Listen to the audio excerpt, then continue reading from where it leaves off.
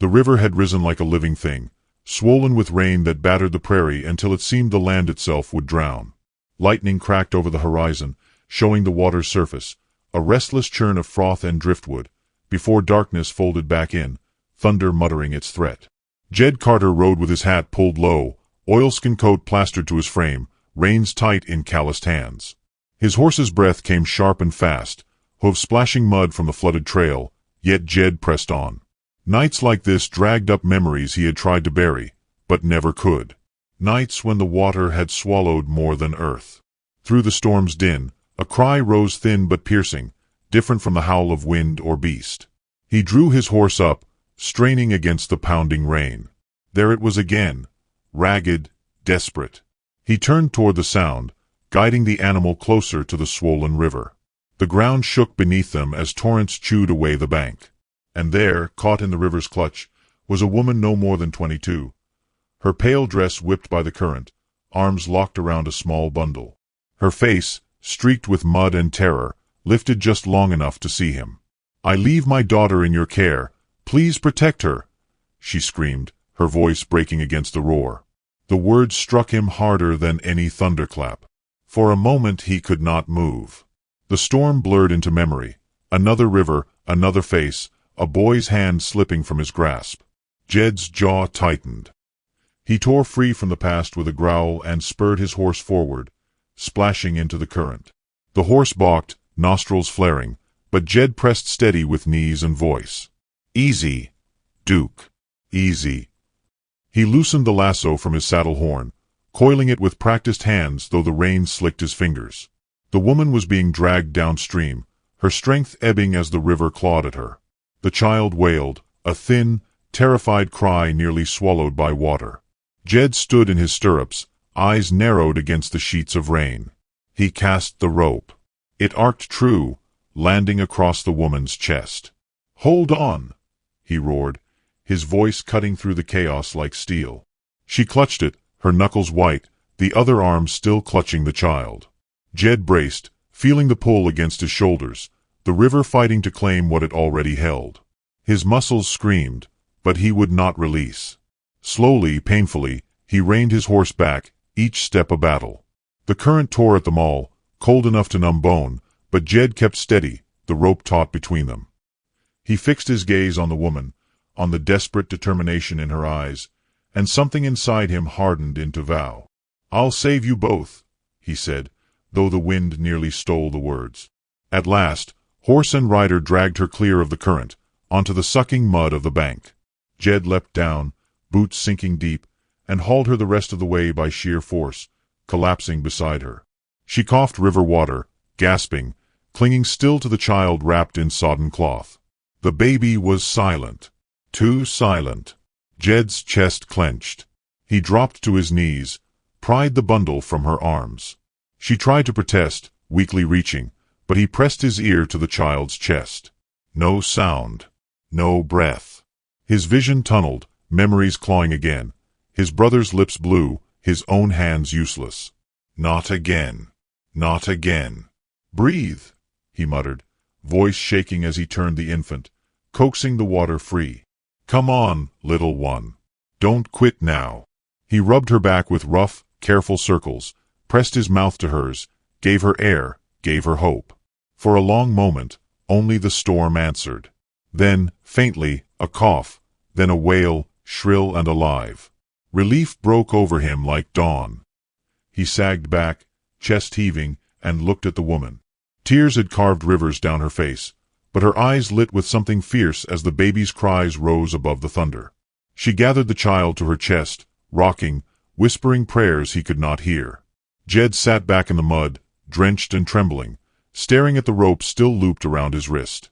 The storm still raged overhead, but within him another storm quieted, replaced by something heavier, stranger. He had sworn he would not let the river take another life. Tonight, he had kept that promise. The woman clutched her child, then looked up at him, lips trembling as she tried to form words. He shook his head gently, as though speech might break the fragile thread holding them in this moment. All that mattered was the sound of a baby's cry.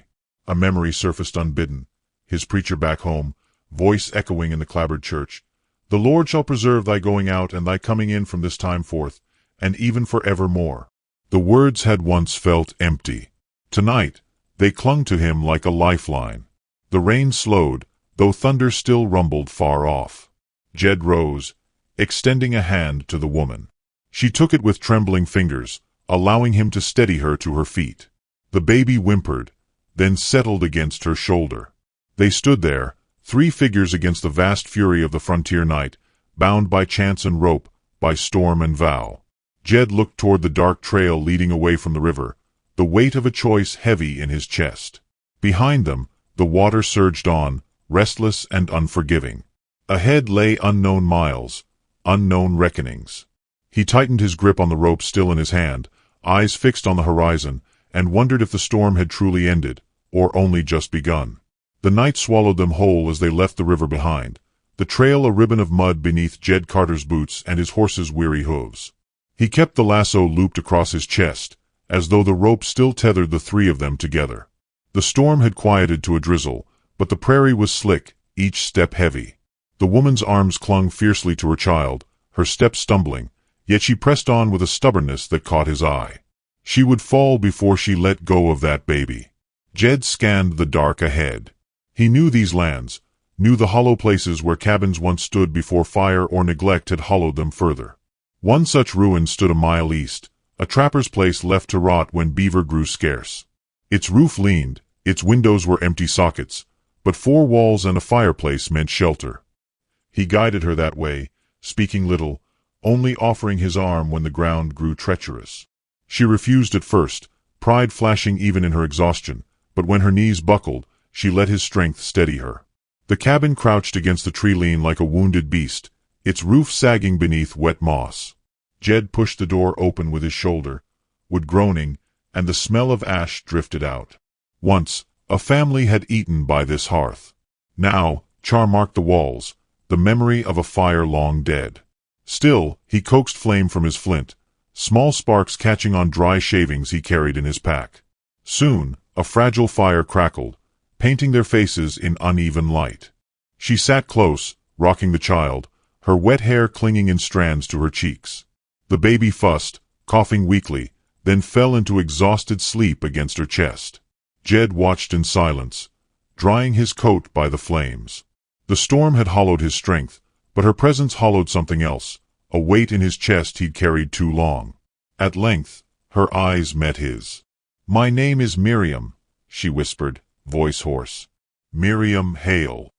He gave a small nod. "Jed Carter."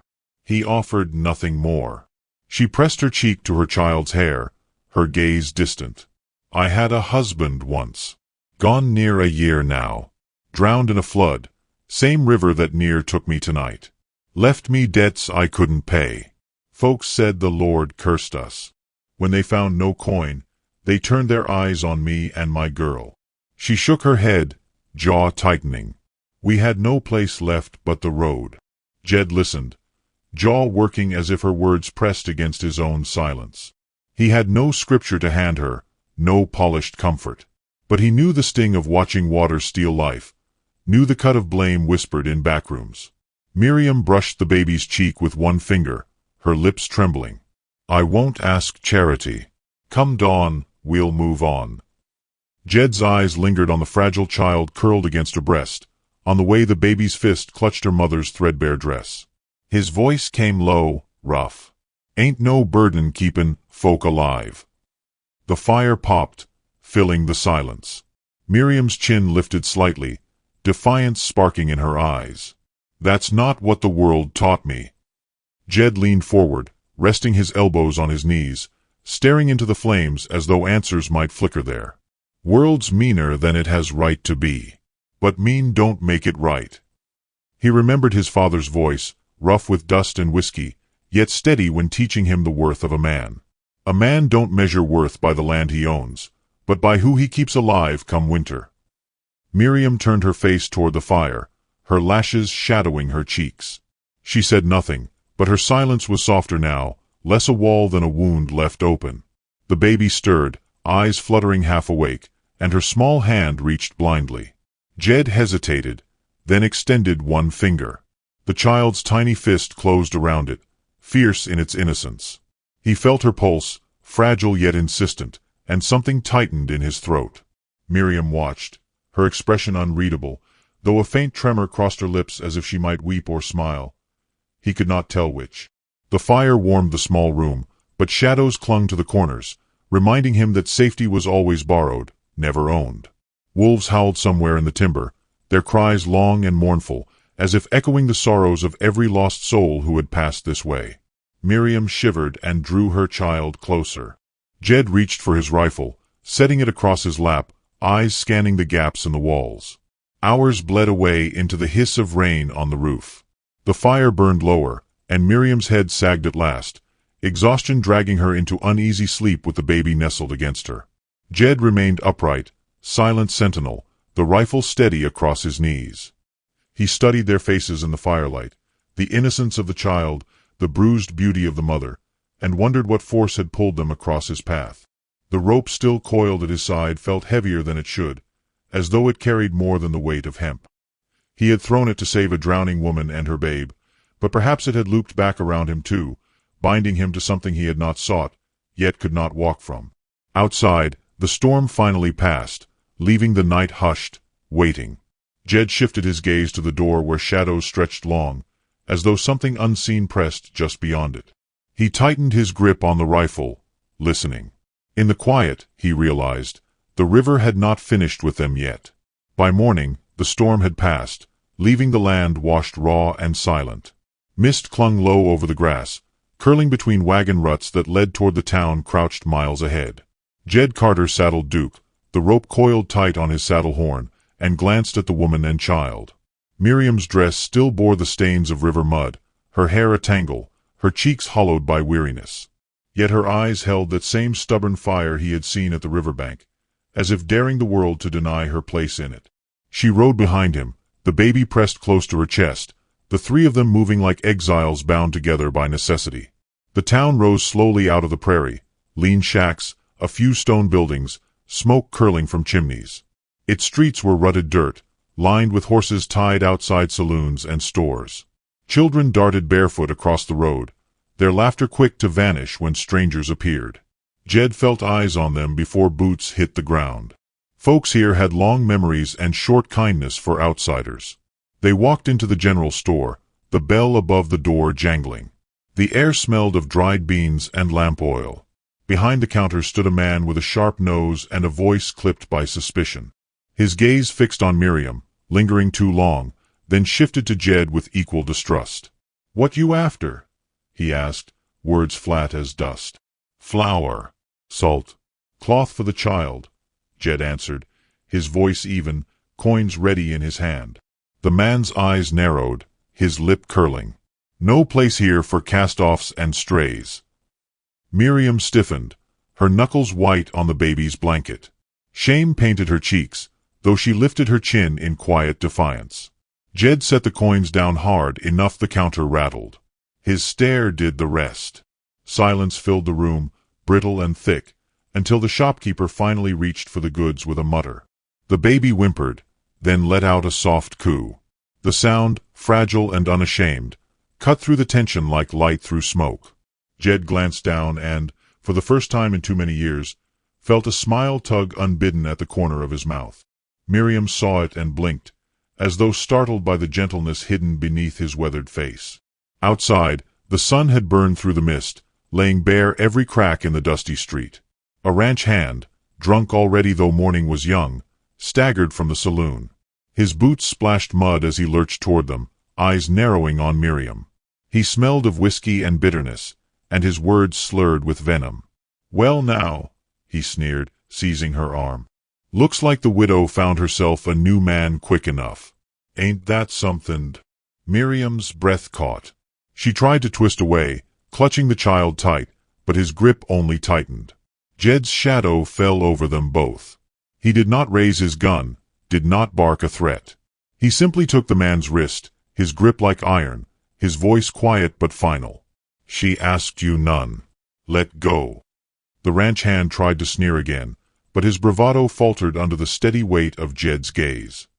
His hand slackened, dropping away, and he stumbled back with a curse before slinking toward the saloon's dark doorway. Miriam's shoulders sagged with relief, though her pride burned red on her cheeks. She whispered, "You didn't need to." "Yes, I did," Jed cut in, eyes still scanning the street, watchful for more trouble. For a moment, the world shrank to the hush between them, the baby's soft sighs, the creak of wagon wheels in the distance, the measured weight of words unspoken. Miriam's voice broke the stillness, quiet but sure. "Maybe the Lord sends not angels, but men who've known storms." Jed did not answer. He looked away, toward the line where the prairie met the sky, as if her words pressed too close to something he had buried. They gathered their supplies and returned to the horses.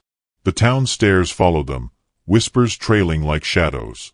Jed mounted first, extending a hand to help Miriam up. She hesitated, then accepted, her fingers cool in his. As she settled behind him, the baby nestled between them. She spoke softly so only he could hear.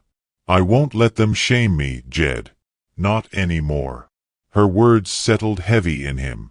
Shame had carved deep into his own bones, and he knew the ache of it too well.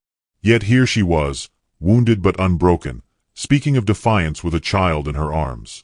Something inside him shifted, like a door long locked, creaking open. The wind picked up, stirring dust along the road as they rode out of town. Behind them, judgment still clung like smoke. Ahead, the prairie opened wide and endless, promising both peril and possibility. Jed tightened his grip on the reins, steady as the rope still coiled at his saddle. The baby stirred and reached small fingers toward the sun, her innocent gesture piercing through the weight of silence. Miriam's chin lifted as though she drew strength from that fragile hand.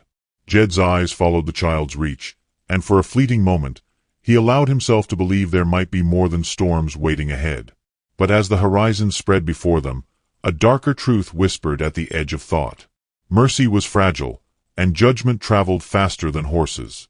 Jed knew the river was not done testing them, and the rope he carried might yet be called upon again, not just for saving, but for holding together what the world seemed determined to tear apart. The prairie night stretched wide and silver, the stars sharp against the dark like nails hammered into the heavens. Jed Carter built the fire small but steady, its light spilling across the grass where they'd made camp. The wind sang low through the cottonwoods, carrying the smell of sage and smoke. Miriam sat opposite him, the baby between them, her cheeks warmed by the glow though her eyes seemed fixed on something far beyond it. The child stirred in her blanket, tiny fists uncurling, and Miriam leaned down to hush her with a lullaby so soft it nearly vanished into the wind. Jed listened, the tune tugging loose threads from memory, his mother's voice, the long-ago nights when his brother still lived. He rubbed at his jaw, firelight catching the hard planes of his face, and wondered if ghosts could be soothed by song. Miriam's voice faltered. She stared into the flames, lips pressed tight as if the song had cut too deep. Jed's gaze stayed on her, steady but not prying. Finally, she spoke. "My husband's name was Aaron.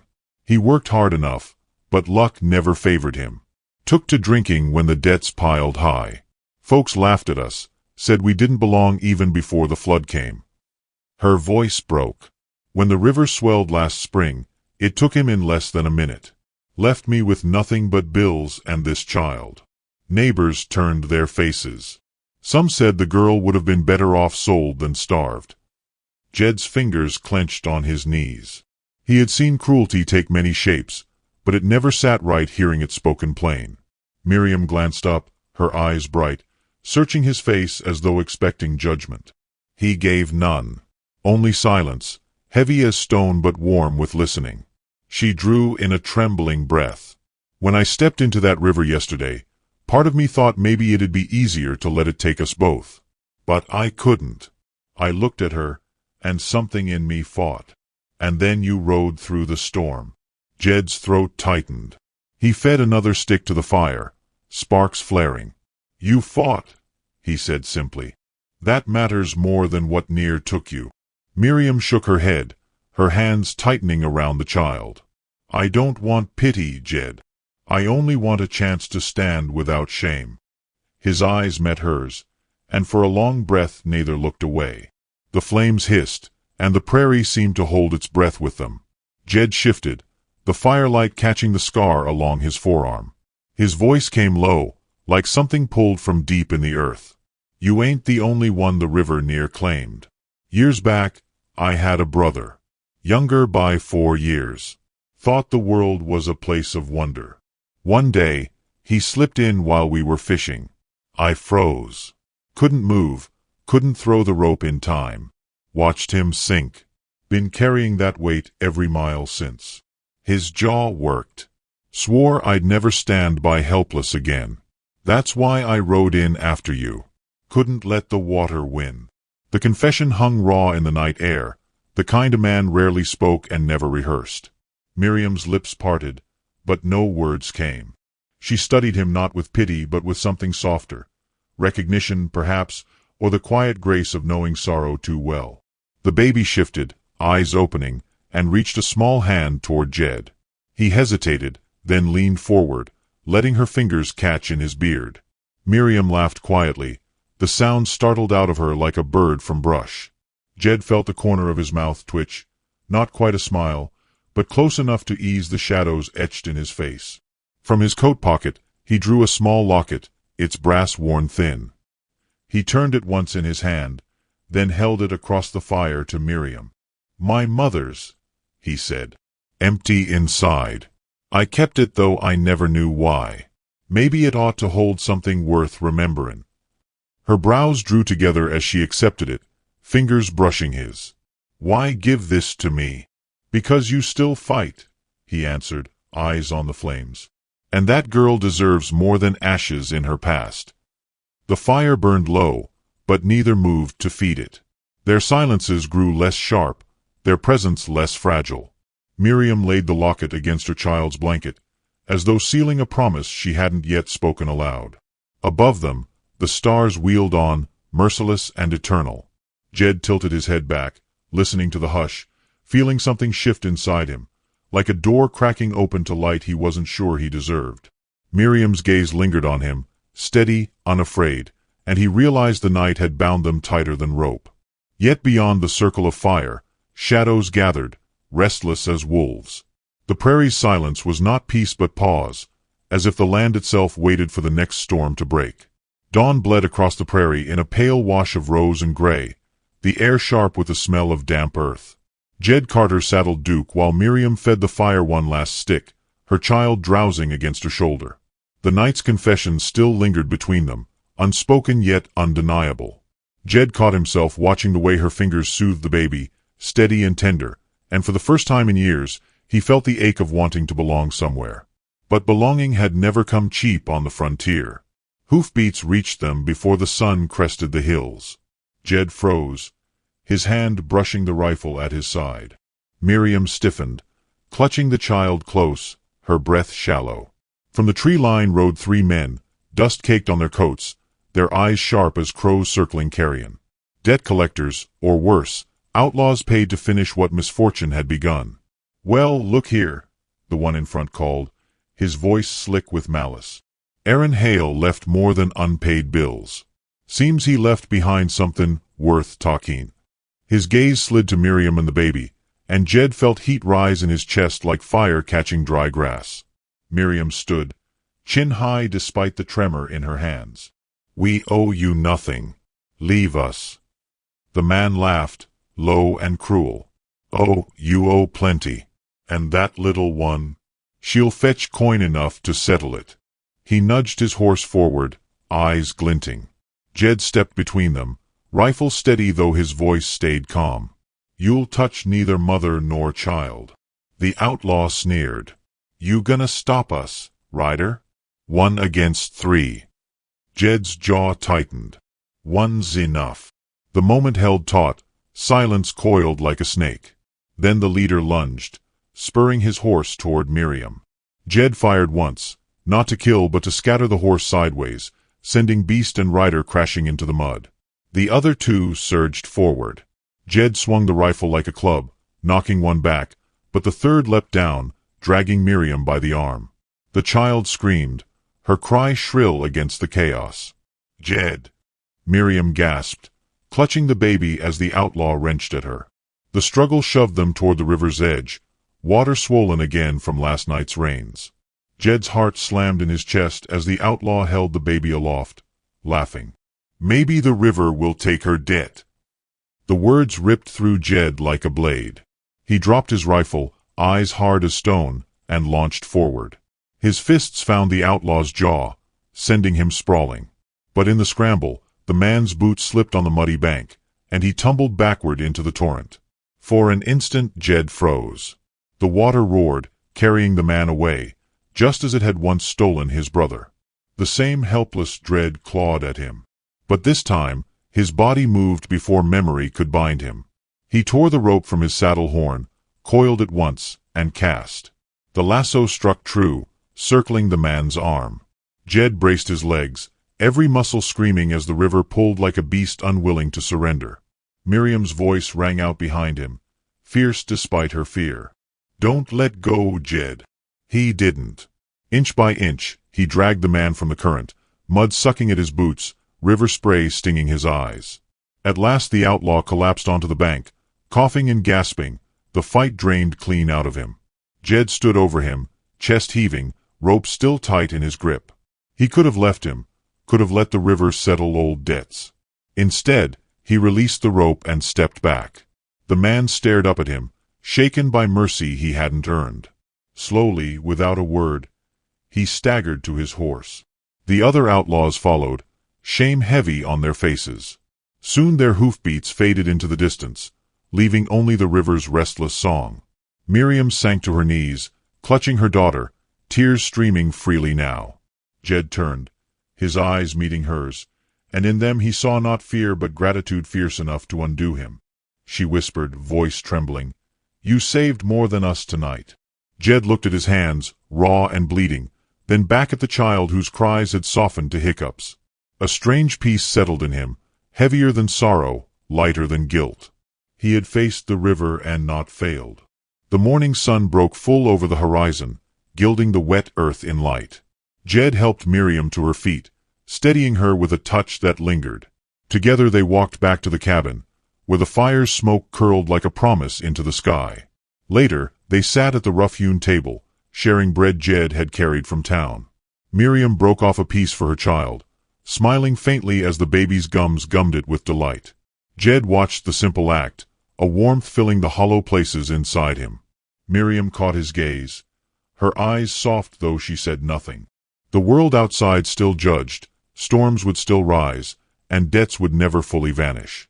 Yet in that moment, with the fire low and the child's laughter threading through the silence, Jed felt the shape of something he thought he'd lost forever. It wasn't triumph shouted or promises sworn. It was the quiet laying down of bread, the way her hand brushed his as though it belonged there, the way she looked at him when she thought he wasn't watching. And maybe that was how homes were built, not with grand vows or loud salvation, but one small kindness at a time, until even a broken soul found reason to stay. Which city are you watching our video from? Please leave a comment. Please subscribe to the channel as well. Thank you.